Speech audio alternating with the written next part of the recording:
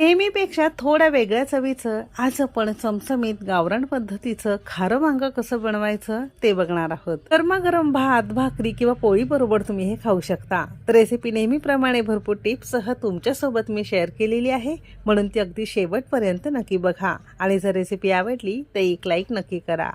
चला तर मग रेसिपीला सुरुवात करूया। चमचमीत गावरान खारं वांग बनवण्यासाठी इथे आपण एक 5 मध्यम आकाराची आणि वजनी म्हणाल तर साधारणतः पाव किलो प्रमाणात वांगी घेतलेली आहे।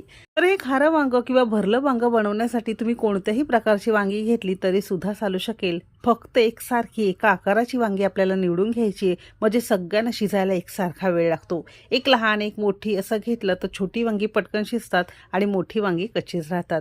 म्हणूनच शक्यतो खारं वांग असेल, भरलं वांग असेल, एका आकाराची आपल्याला इथे वांगी निवडून घ्यायची। अशी ही आपण 5 मध्यम आकाराची आणि वजनी म्हणाल तर साधारणतः पाव किलो वांगी पाण्यामध्ये घालून ठेवलेली आहे।